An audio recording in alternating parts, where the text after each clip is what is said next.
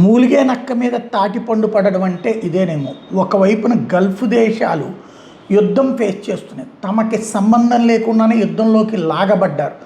America Israel Iran మీద యుద్ధం చేస్తే ఇరాన్ ఇజ్రాయెల్ని ఏం చేయలేక, అమెరికాని ఏం చేయలేక, ఆ అమెరికాకి షెల్టర్ ఇస్తున్నారు లేదా అమెరికన్ స్థావరాలని మధ్యప్రాచ్యంలో తన చుట్టూ పెట్టడానికి కారణమయ్యారంటూ గల్ఫ్ దేశాల మీద దాడులు చేస్తుంది.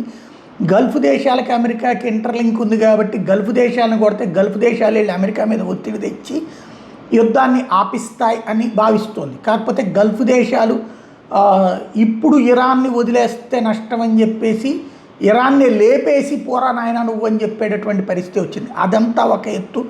ఈలోపు అమెరికా ఇజ్రాయెల్ ఇరాన్ని కొట్టినప్పుడల్లా ఇరాన్ గల్ఫ్ దేశాల మీద దాడులకు దిగబడుతుంది. దాంతోనే ఒక పక్క తిప్పలు పడుతుంటే మరొక వైపున గతంలో ఇజ్రాయెల్ ఈ గల్ఫ్ దేశాలంటే ఆయిల్ క్షేత్రాలు, ఇసుక క్షేత్రాలు, అక్కడ నీళ్లు ఉండవు, ఈవెన్ మంచినీళ్ళు లేక సముద్రపు నీళ్ళని ఉప్పు నీళ్ళని మంచినీళ్ళుగా మార్చుకునే ప్లాంట్లు పెట్టుకుని బతుకుతున్నారు.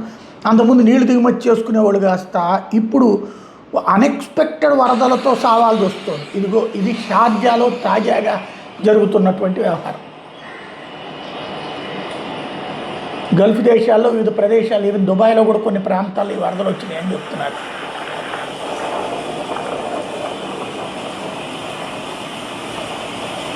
ఇలాంటిది మామూలుగా మనకిక్కడ వర్షాలు కుండపోత వర్షాలు చూసినప్పుడు ఏ పెదవాళ్ళలోనో ఏ హైదరాబాద్లోనో ఏ గుంటూరులోనో చూస్తుంటాం. అట్లాంటిది అక్కడ గల్ఫ్ దేశాల్లో ఈ మధ్యకాలంలో ఇట్లా తరచూ వరదలు సంభవిస్తున్నాయి.